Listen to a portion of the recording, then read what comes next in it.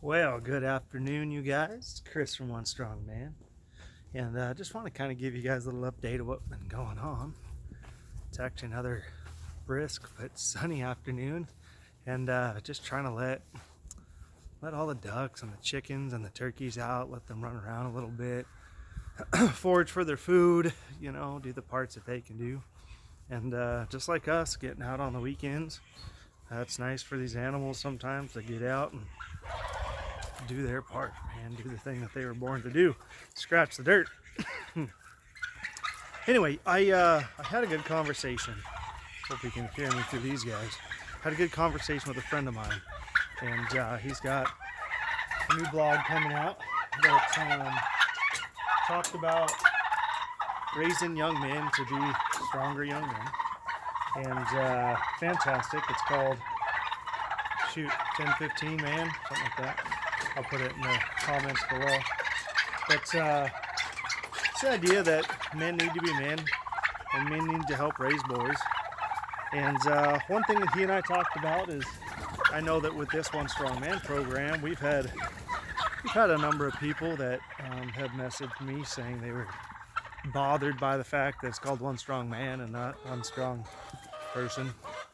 In case you cared, we also own One Strong Woman as a .com.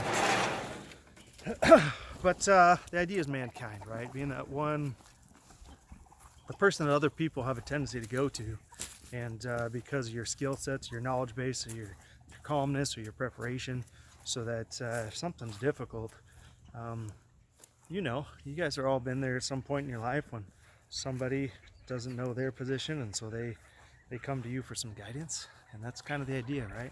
So this guy, Martin Ellis, he does this newer podcast, and it's about finding people who are men in your life that have helped you through stuff, and learning from them, and continually being willing to accept education, right?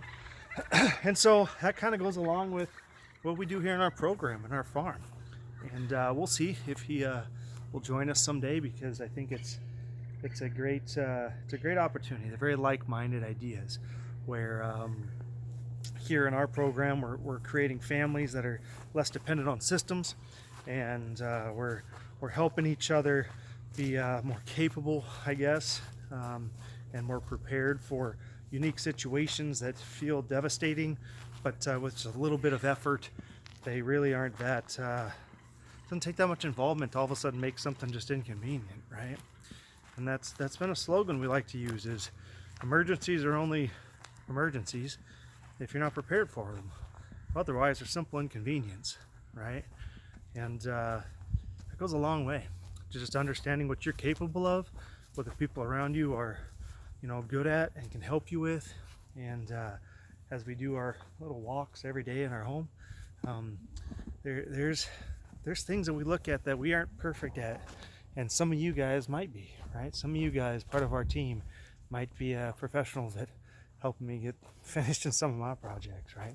And so reaching out and being good stewards and being good friends and family to others is the dream, right? We talk about that MAG, Mutual Assistance Group, and what that means. And the idea is truly that, mutual assistance. Sometimes one of you is more of a learner and one of you is more of an educator, and those roles switch all the time. That's what this program's about.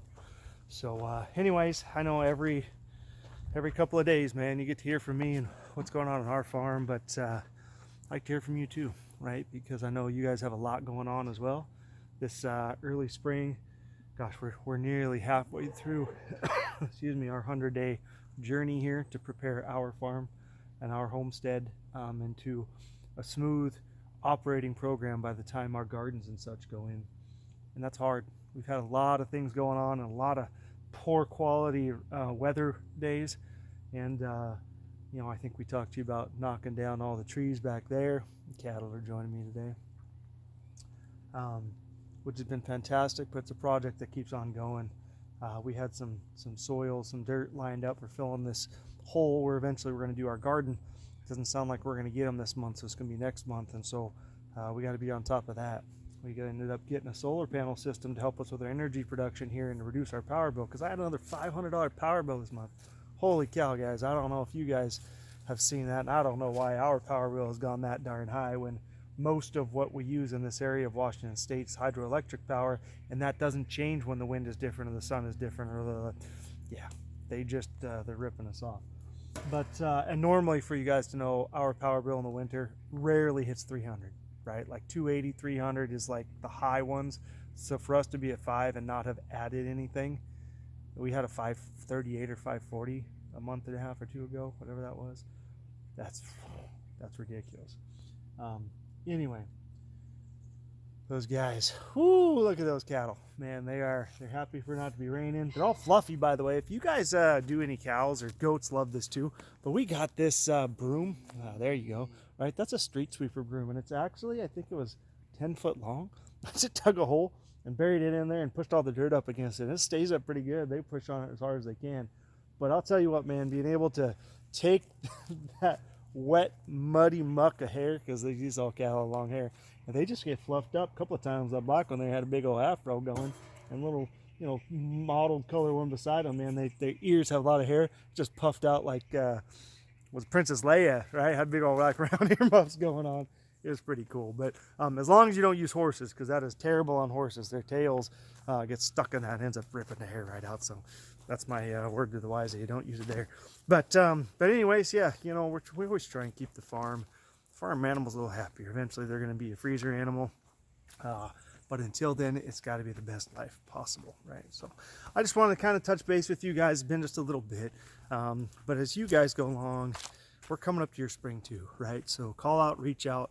If you need help, if you have questions, I got a plethora of knowledgeable people that I lean on all the time.